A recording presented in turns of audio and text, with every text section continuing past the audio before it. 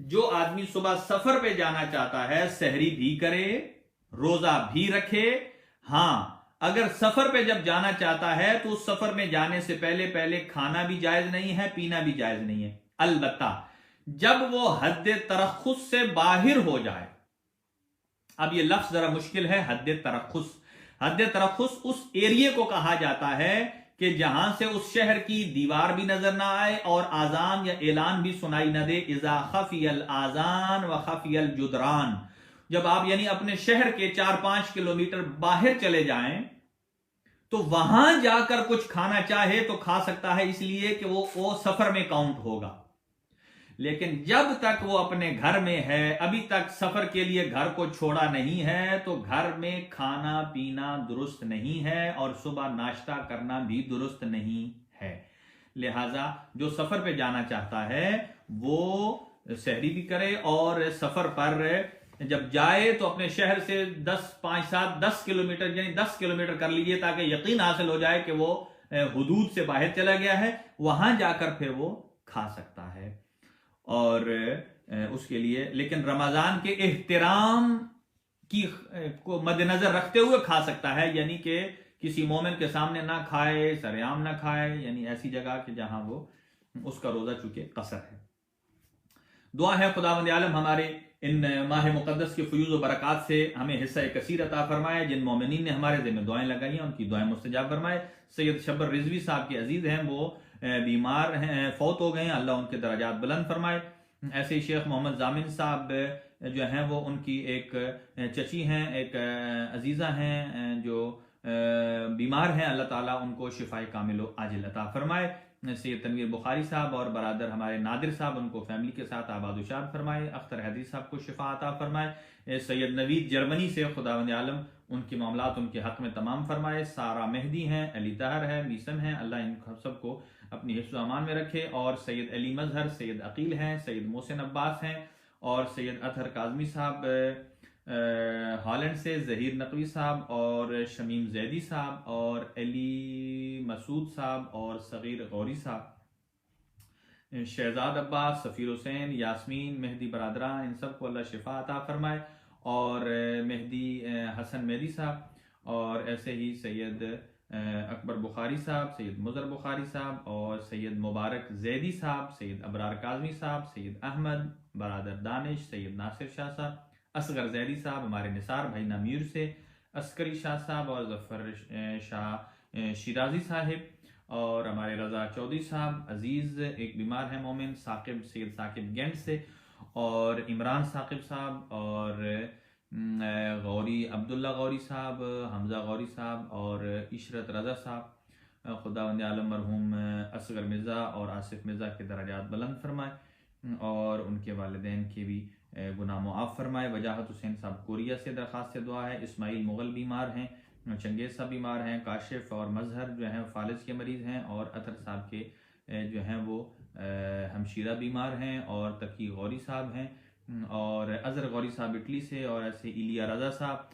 سید سبت حسن صاحب, اور حاجی آصف صاحب, اور نبیل جعفر صاحب, اور جعفری صاحب کی ہمشیرہ بیمار ہیں, ایک چھوٹا بچہ بیمار ہے, اور برادر احمد صاحب, اور ایسے ہی سید تحمیل بخاری, اور سید زینب عباس, سید کاظم, سید محسن رضا اٹلی سے ہیں, سید سلطان جعفری صاحب ہیں, اور سیفی صاحب ہیں, قبلہ وقار حیدر صاحب ہیں, درخواست دعا کی ہے. اور ہمارے ہر دل عزیز دوست جناب محمد باقر صاحب ہالینڈ سے, ان کی فیملی کو اللہ آباد و شاد فرمائے, ان کو طول عمر اور شفاء کامل عاجل عطا فرمائے. ان کا بچہ اسد ہے, ماشاءاللہ بڑا نیک وفادار ہے, خداوند عالم ان کو شفائے صحت اور تندرستی عطا فرمائے. سید گلباز حسین شاہ جو ہیں ہاسپٹل میں ہیں, اور مدیحہ حیدر ہیں, خداوند عالم ان کو ان کی ساری دینی دنیاوی شرعی حاجات پوری فرمائے.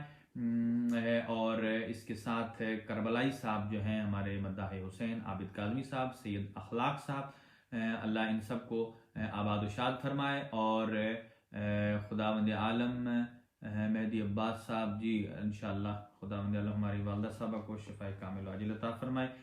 اور جناب امتیاز صاحب نے پاکستان سے جوائن کیا ہے, مجاہد ملک صاحب نے ڈنمارک سے جوائن کیا ہے, اللہ پروردگار عالم. اخضر کاظم صاحب ہیں, اور باقر موسوی صاحب ہیں, اللہ ان سب کو اپنی حفظ و امان میں رکھے۔ سید اختر حسین رضوی صاحب پاکستان میں بیمار ہیں، سید زادہ ہیں اور ان کی بچی بیمار ہیں، اور سید غضنفر بخاری صاحب مرحوم، ان کی اہلیہ، اللہ پروردگار عالم ان کو اور ان کی فیملی کو آباد و شاد فرمائے۔ اسد علی صاحب ہیں اور ناصر صاحب ہیں، نثار ہیں، ثاقب سید ہیں، سید علی نقوی اور ان کے بچے، اللہ ان کو آباد و شاد فرمائے۔ اور ایسے ہی سید غضنفر بخاری صاحب کا بیٹا جو ہے، اللہ ان کو شفا کامل و عاجل عطا فرمائے۔ ساجد شاہ صاحب اور حسن ضامن ہیں، سید علی کربلائی ہیں۔ خداوند عالم سب کی دینی دنیاوی اور شرعی حاجات کو پورا فرمائے۔ خداوند عالم اس کرونا وائرس سے جلد از جلد نجات عطا فرمائے۔ وآخر دعوانا ان الحمد للہ رب العالمین وصلی اللہ علی سیدنا محمد وآلہ الطاہرین۔ کل انشاءاللہ 7:40 پر دعائے توسل کے ساتھ آپ کی خدمت میں حاضر ہوں گے۔ وآخر دعوانا ان الحمد للہ رب العالمین۔